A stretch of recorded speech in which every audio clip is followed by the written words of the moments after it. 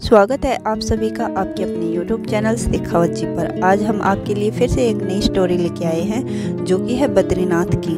आइए सुनते हैं, सभी देखते हैं। देवभूमि के नाम से मशहूर उत्तराखंड की खूबसूरती को देखने के लिए न केवल देश के बल्कि विदेशी श्रद्धालु भी यहाँ आते हैं। उत्तराखंड को छोटे चार धाम के रूप में भी जाना जाता है, जिनमें सबसे खास बद्रीनाथ धाम है। ये धाम भगवान विष्णु को समर्पित है। आप सभी जानते होंगे कि भगवान विष्णु को शंख की ध्वनि बहुत ही प्रिय है, लेकिन आपको शायद हैरानी होगी कि जो ये मुख्य धाम है बद्रीनाथ का, इसमें शंख नहीं बजाया जाता है। हाँ, आपने सही सुना। मंदिरों मठ में देवी देवताओं की पूजा अर्चना के साथ साथ शंख ध्वनि से भी उनका आह्वान करते हैं, लेकिन हिमालय की तलहटी पर स्थित बद्रीनाथ धाम में शंखनाद नहीं होता है।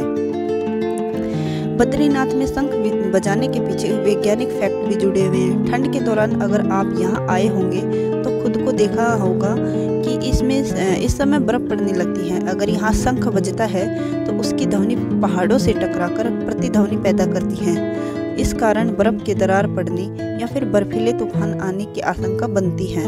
वैज्ञानिकों का कहना है कि खास आवृत्ति वाली ध्वनियाँ पर्यावरण को काफ़ी नुकसान पहुँचाती हैं। ऐसे में पहाड़ी इलाकों में लैंडस्लाइड भी हो सकता है कि इसी वजह से यहाँ आदिकाल से शंख नहीं बजाया जाता है। इसके अलावा शंख नहीं बजाने के पीछे कई धार्मिक मान्यताएं भी हैं। शास्त्रों के अनुसार एक बार माँ लक्ष्मी जी बद्रीनाथ में बने तुलसी भवन में ध्यान लगा रही थी, तभी भगवान विष्णु ने शंखचूड़ नाम के एक राक्षस का वध किया था। हिंदू धर्म में जीत पर शंखनाद किया जाता है, लेकिन विष्णु जी लक्ष्मी जी के ध्यान में विघ्न नहीं डालना चाहते थे, इसलिए उन्होंने शंख नहीं बजाया जाता। इसी कारण माना जाता है कि बद्रीनाथ में शंख नहीं बजता है। और एक अन्य कथा भी है। उस अन्य कथा के अनुसार अगर सत्य मुनि केदारनाथ में राक्षसों का वध कर रहे थे, तभी वहां से दो राक्षस आतापी और वातापी वहां से भाग गए। बताते हैं कि राक्षस आतापी ने जान बचाने के लिए मंदाकिनी नदी की मदद ली थी। वहीं राक्षस वातापी ने बचने के लिए शंख का सहारा लिया था। वो शंख के अंदर छिप गए थे। माना जाता है कि अगर उस समय कोई शंख बजता तो असुर उसमें से निकलकर भाग जाता। इस वजह से बद्रीनाथ में शंख नहीं बजाया जाता है। बद्रीनाथ मंदिर के एक नाम में एक रहस्य भी छुपा हुआ है। पुराणों के अनुसार जब भगवान विष्णु ध्यान में विलीन थे, तब उस समय ज़्यादा बर्फ गिरने लगी थी।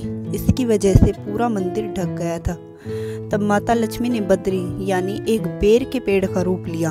ऐसे विष्णु जी पर गिरने वाली बर्फ उस पेड़ पर गिरने लगी। इससे विष्णु जी हिमपात से बच गए।